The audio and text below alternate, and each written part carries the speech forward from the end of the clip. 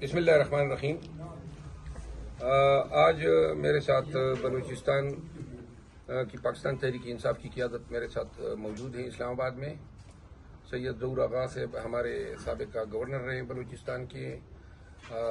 سالار خان ہمارے general secretary ہیں پاکستان تحریک انصاف بلوچستان صوبے کے، باقی جو پیچھے کھڑے ہیں یہ تمام عہدیداران ہیں پاکستان تحریک انصاف کے صوبائی۔ آج ہم نے بلوچستان میں کنونشن کے حوالے سے گفت و شنید کی اور یہ فیصلہ ہوا ہے کہ بلوچستان کے کنونشن کا آغاز ہم اسی ماہ 8 دسمبر سے کر رہے ہیں، اور پہلا کنونشن جو ہے وہ ہرنائی کے ضلع میں ہو رہا ہے،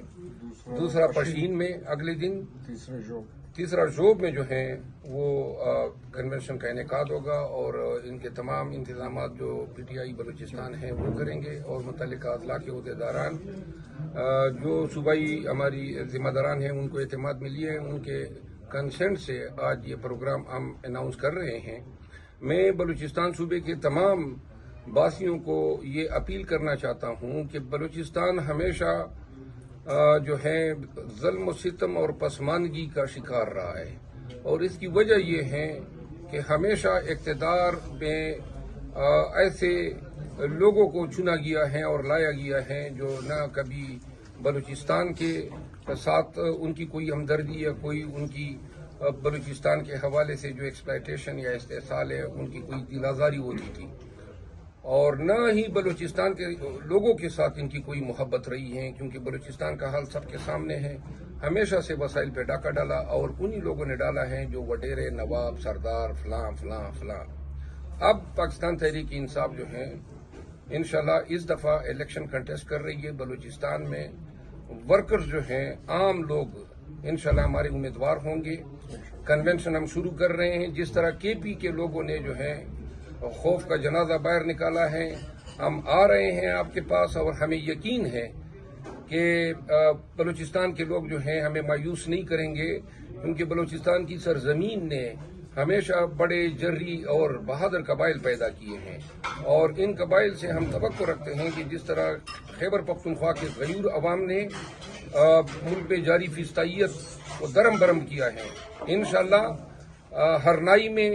پشین میں اور زوب میں عوامی اجتماع سے اگر کوششیں ہوئی، تکالیف ڈالے گئے، راستے روکے گئے، غیرت کا تقاضا ہے آپ نے کنونشنوں میں پہنچنا ہے، اور انشاءاللہ میں اسلام آباد سے آ رہا ہوں، اور آپ یقین رکھیں کہ چاہے کچھ بھی ہو میں ہر